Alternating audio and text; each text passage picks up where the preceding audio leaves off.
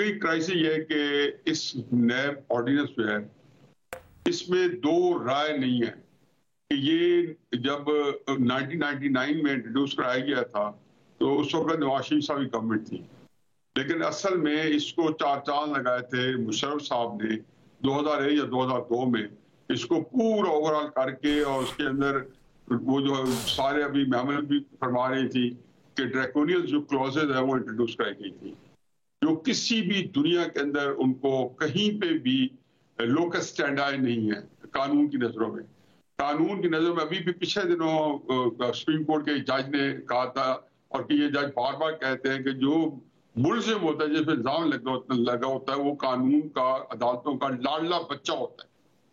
उसको हमेशा जब आप किसी को सजा देनी है तो वो आपको बियॉन्ड आउट ऑफ डाउट उसके खिलाफ सबूत लाने होते हैं। कत्ल के केस के अंदर मामूली सी एक एविडेंस भी आपको ऊपर नीचे हो जाए तो पूरा केस खराब हो जाता है, क्योंकि उसमें डाउट पड़ जाता है। उनका ख्याल होता है कि इंसानी जान एक और न चली जाए, क्यों जा चुकी है, एक और न चली जाए। लेकिन इस ऑर्डिनेंस के अंदर जो है इसको खास मकसद के बनाया गया है, इसलिए आज हम इसके हक में जब तकरीरें करेंगे तो हमारे ज़हन में मत रखें कि मेरे पस मंजर वो सारा बैकग्राउंड है जिसके लिए ये कानून बना है। इस कानून के तहत आप हैरान होगी कि किसी सियासतदान से आज तक 1 रुपए की रिकवरी नहीं हुई। मेरा ख्याल दर्जनों के खिलाफ केसेस बने होंगे। उसके बाद दूसरी बात कि इस कानून के तहत रिकवरी किससे हुई है? रिकवरी हुई है सोसाइटीज वालों से। वो कहते हैं ना, बिल्कुल एक जावेद इकबाल साहब की अल्लाह ने क्या करें कि वो भी झूठ बोले कि माई बाप थे उचित पोजीशन में, तो इसके अंदर रिकवरी सिर्फ उनसे हुई है। आज तक सियासतदानों को सजा नहीं, रिकवरी नहीं हुई। लेकिन मेरा केस ये है ही नहीं। मेरा केस ये है कि जी आपने इस कानून को जिन्होंने बनाया है, मेरा ख्याल है आज तक उसकी हिफाजत करने का कि उनके अंदर कैपेसिटी भी है, और शायद वो उसकी किसी न किसी हिफाजत कर रहे हो। तो ये कानून हमारे ऐसे लोगों को जो पॉलिटिकल इंजीनियरिंग की जिनको आदत पड़ी हुई है 70 साल से, उनको ये लगा खत है। मैं वैसे बहुत खुश हूं कि ये कानून बहाल हुआ, कि मैं चाहता हूं कि इमरान खान साहब और ये सारे सियासतदान जो इस कानून के सामने सीने सफर हुए नहीं खड़े हुए, उनको तले जाना चाहिए। यही कानून जब 2008 के अंदर जब एक 2/3 मेजोरिटी आ गई, कानून क्या आइन तब्दील हो रहा था, 18th अमेंडमेंट लाई जा रही थी, तो नवाज शरीफ को और जरदारी साहब को क्यों नहीं ये तौफीक हुई कि उन्होंने इस कानून को बदला?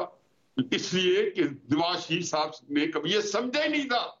जैसे जून 2022 में इमरान खान जब ये पिटीशन कर रहे थे तो उनके वहम गुमान में नहीं होगा ये कानून आगे बूमरैंग बनेगा। तो तहरीक इंसाफ वाले 100 कहते हैं, क्योंकि वो तो झूठों के माई बाप है, वो हर चीज के मुताबिक डाल लेते। वो कहते कोई मुंह पे जूता पड़ जाए तो कहते हैं यही तोहफा है, और ना पड़े तो भी ये भी उनके हक में जाता है, ये किसी दूसरे में पड़ जाए। अब इन्होंने यही नवाज शरीफ साहब थे, यही मेमो गेट से लेके ख्वाजा आसिफ साहब इसको सुप्रीम कोर्ट में लेके गए थे, जो भी जिक्र किया ना हमने कि सुप्रीम कोर्ट ने स्ट्राइक डाउन कर दिया था 2009 में एनआरओ इफ्तिखार चौधरी साहब की अदालत थी, लेके कॉम्पिटिशन कौन था? मुस्लिम नून थी उसके अंदर।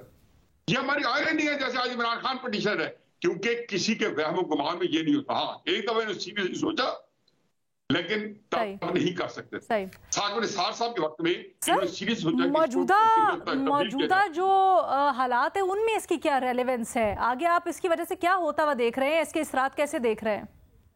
रेलेवेंस तो ये नहीं। पहले मैं 2-3 चीजें कर दूं कि ये जो नवाज शरीफ पे आपने 57 बिलियन की है, ये ब्रॉडशीट का नहीं देखा आपने कि जो केस पे आपको कितना दिए? 70 मिलियन पाउंड डॉलर आप यूज कर चुके हैं, पति पाउंड, ये ब्रॉडशीट केस में। फिर नेशनल क्राइम एजेंसी वालों को यही कहा आपने, मैं नैब के केसेस है, इन्होंने इसी नैब के नवाज शरीफ के अपार्टमेंट को कितनी दफा नैब के चक्कर में कॉर्पोरेट मनी के साथ इन्होंने अटैच किया। मुझे बताएं कहीं पे इनकी किसी इंडिपेंडेंट जो वेस्ट मिनिस्टर की डेमोक्रेसी और उनकी अदालतों ने इनको क्यों नहीं सुनवाई दी?